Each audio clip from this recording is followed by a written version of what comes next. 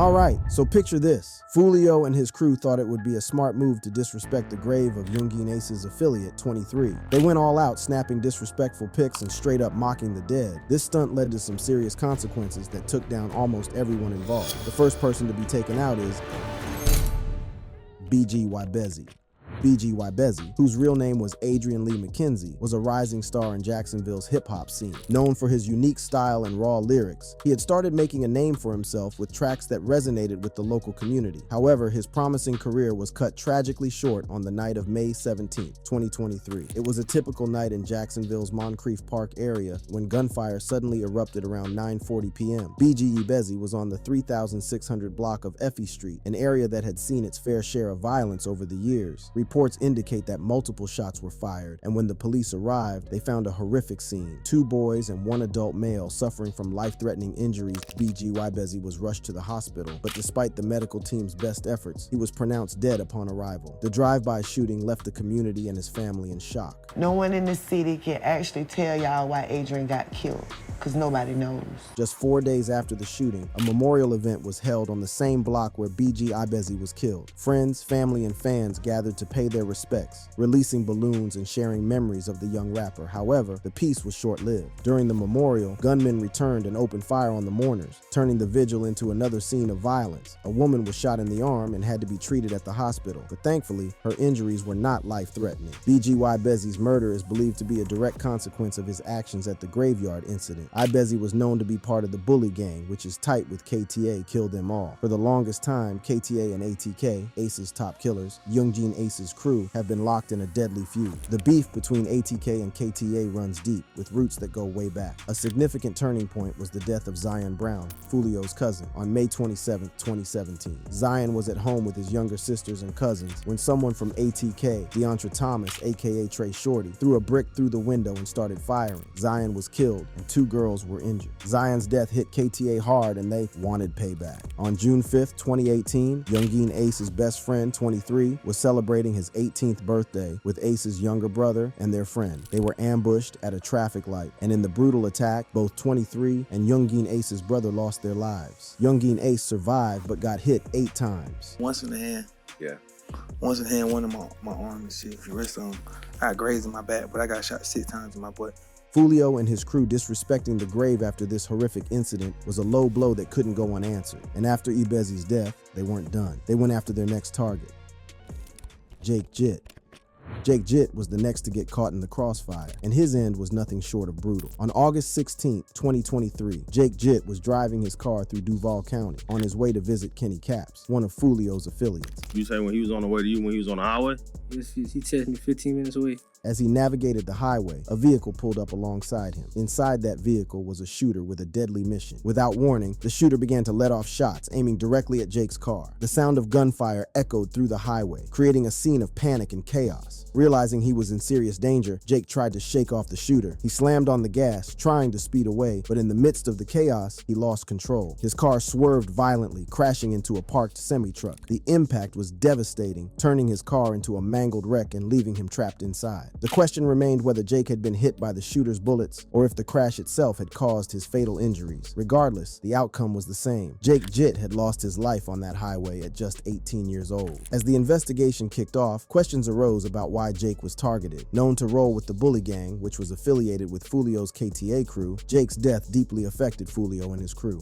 That shit be so crazy. We at the point where all the nigga can't even cry no more, you know what I'm saying? Many believed his death was straight up payback for the graveyard incident. Turns out, Foolio and his crew were at the grave to shoot a music video for Jake Jitt, but Jake wasn't the last. The next target from that graveyard stunt was about to fall.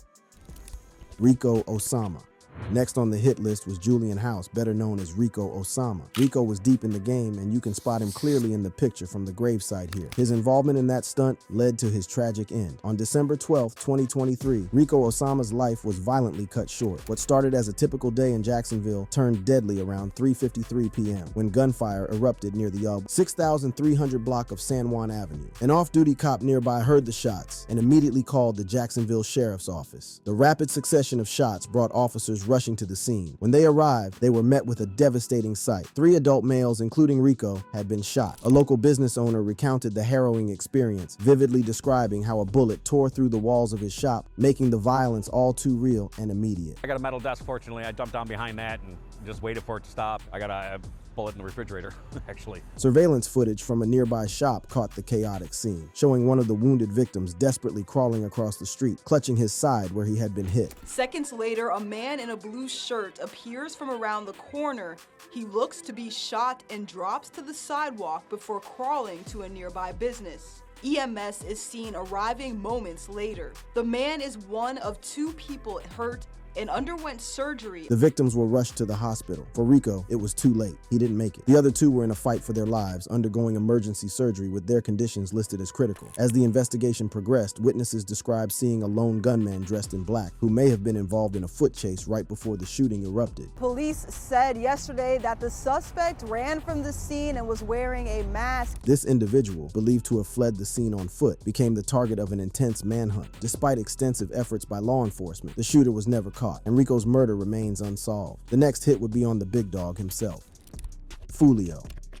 After the gravesite stunt, Foolio was a marked man. The first attempt to take him out after that incident came in October 2023. Foolio was cruising in his black Dodge Challenger through Jacksonville's 3100 block of 18th Street W, a neighborhood close to Paxson School for Advanced Studies. Little did he know, trouble was waiting just around the bend. As Foolio rolled through the familiar streets, the calm was shattered by the crack of gunfire. According to the Jacksonville Sheriff's Office, it seemed like the shooters were lying in wait, ready to ambush him. Caught off guard, Foolio had barely any time to react. Bullets riddled his car, with one hitting him in the foot. Despite the chaos and his injury, Foolio managed to stay composed and drive to safety. Foolio was taken to UF Health Jacksonville, where doctors evaluated his injury. The gunshot wound to his foot was severe enough to need surgery, which was set for later that night. Despite the severity of his injury, Foolio survived this attack. However, his luck would run out in a tragically ironic twist on his birthday. On the day of his birthday, Foolio and his crew decided to celebrate in style by renting an Airbnb in Tampa for the weekend. Upon arriving at the Airbnb, Foolio made a critical mistake. He posted his location on social media, unaware that his enemies were watching. The pool party start the day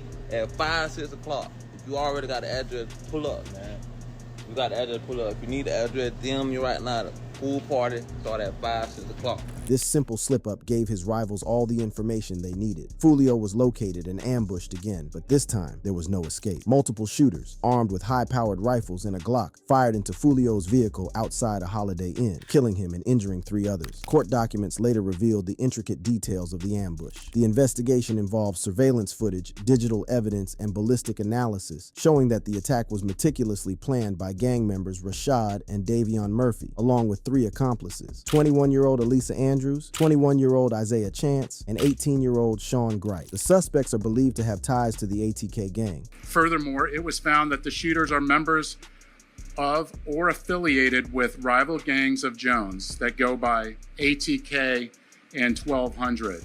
This just goes to show how that graveyard stunt came back to haunt Foolio. In the end, the choices Foolio and his crew made came back to bite them, and Yungeen Ace seemed to have the last laugh. While Yungeen Ace has denied having any hand in Foolio's death, a lot of people are still pointing fingers at him. People feel like I'm behind lots of but I'm not. I'm not behind. For many, it's just too much of a coincidence to overlook. Thank you for watching. If you enjoyed watching this video, click on one of the boxes playing on your screen to watch more similar content.